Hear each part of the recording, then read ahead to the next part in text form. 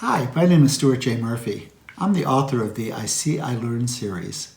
I See, I Learn is a series of 16 books that teach social, emotional, health and safety, and cognitive skills to young children. When parents or teachers or others read my books to children, it's really important that they approach them in a special way. Special because they're a little different than a regular piece of good literature in that they require a certain amount of attention to the skill that's being taught too. I always think it's a good idea to introduce one of my books by, first of all, becoming very familiar with it yourself. Read it a few times and think about it, and what are the points, what are the major things that you're trying to get across to the child? What you want the child to come away from this book with. I think that will help you introduce the book in a very specific and effective way. And then when you start to read the book, it's always a good idea to start with the cover, the end papers, and the title page. The reason for this is that those pages, those parts of the book, are our preface. We don't get a preface, those of us who write picture books, like they do with novels or other kinds of longer books. We have to introduce you to the protagonist of the story, the setting, and a little bit about what's it all about, introduce you to the story, get you into the story through those pages. So for example, if you look at my book, Camille's Team is all about the very, very critical skill of cooperation. Teaching children how to cooperate with one another, how to work together in groups, how to take advantage of each other in a way that is special and positive and each other's skills and employ them in their work. And so if you look at the cover of this book, you see Camille. There's Camille with her hands on her hips. She looks very, very confident indeed. And she's at the beach in her favorite bathing suit.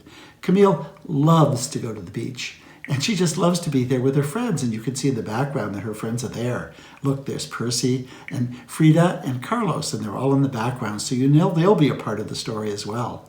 And everyone's having fun, and it's a great day. And then you open up the book, and there's the end papers. On the end papers, you'll see that there are all the houses and places that people live, the characters of the story in See and Learn City. And you'll be able to see where their school is and where their different houses are, and look for Camille's house. You'll see that Camille's house is very near Carlos's house, and it's not too far from the beach. That's where she likes to go. Now open the book further, and there's the title page, and there's Camille and her mummy going to the beach. Check out her mummy's bag. It's full of all sorts of goodies, including a great big umbrella. They're ready for a great day at the beach. Now it's time to start the story, and once you start the story, I think it's a good idea to stop every so often and talk to the child you're reading to about what's happening and how the people in the story are feeling and what might happen next, making predictions.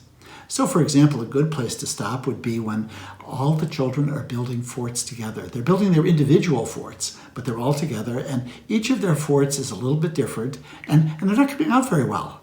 And then one of their forts gets actually washed away. Camille's fort gets washed away by a great big wave. And this would be a very good time to stop and say, okay, what's going on here? And what are the characters thinking? And what do you think is going to happen next? And then you turn the page and you find out. They decide that the best thing to do is to cooperate. And if they can cooperate, maybe they can work together and build the biggest fort ever. And that's what they do. They make a plan. Now, I think it's a good idea to stop here and look at the graphic organizer. What does making a plan entail?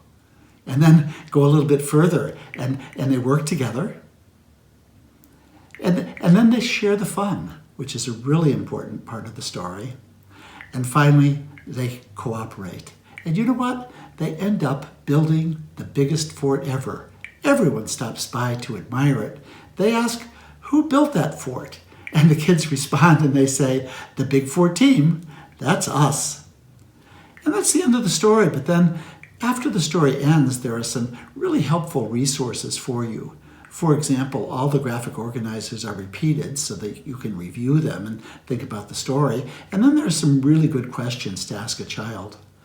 And after all of that, the best question of all is to ask, would you like to read the story again? Thank you very much for listening.